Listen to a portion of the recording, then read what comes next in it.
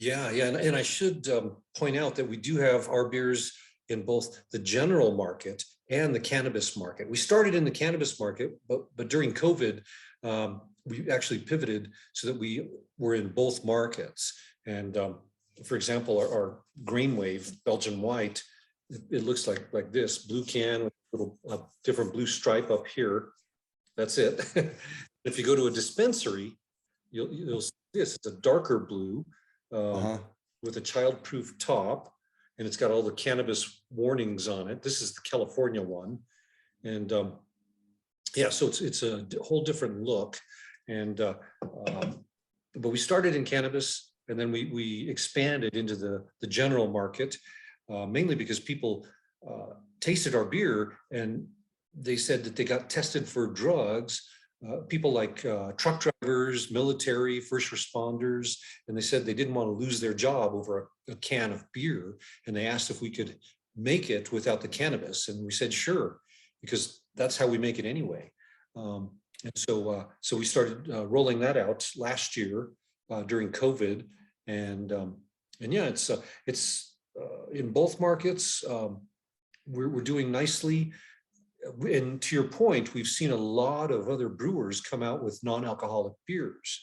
But the thing we try to do is advise them to make sure to pasteurize their beer, because when you take the alcohol out of beer, the beer then becomes susceptible to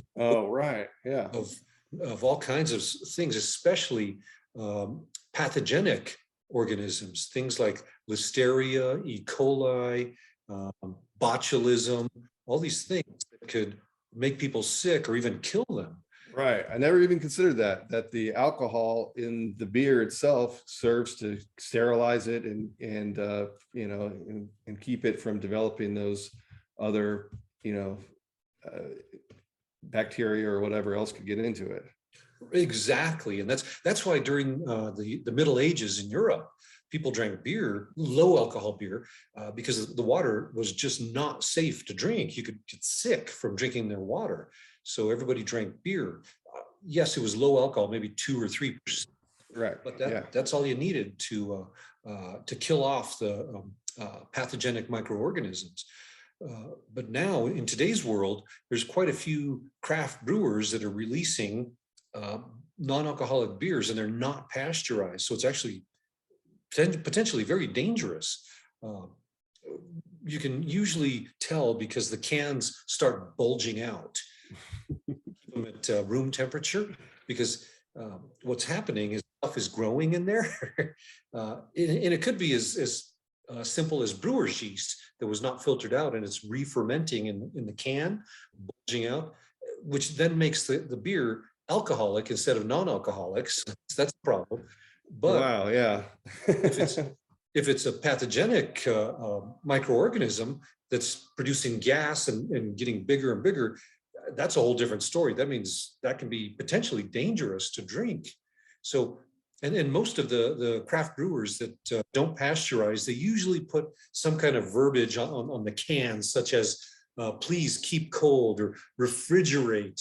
And that generally means that it's not pasteurized. You got to keep it cold so it doesn't start growing and you know, having something in your beer.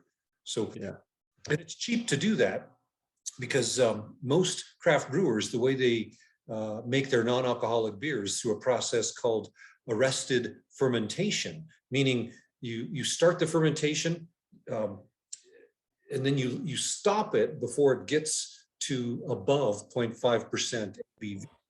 And then you filter out the yeast, package it, and then you should pasteurize, but there's a lot that don't. And then you send it out and sell it. And the reason a lot of craft brewers are releasing these products is because number one, it's easy to do an arrested fermentation. That's easy. But the beer is generally really sweet and it doesn't taste as good. And then the other reason is because you don't pay federal taxes on non-alcoholic beer. So it's a profitable product for a lot of these craft brewers, especially in these times when their sales are really down and they sell a non-alcoholic beer. You don't pay taxes, It's easy to do and you send it out, but if they did it right, it would be expensive because then you have to pasteurize. So, and we make sure that every can of CERIA is pasteurized, and it's amazing because you don't pasteurize at the same level of alcoholic beer.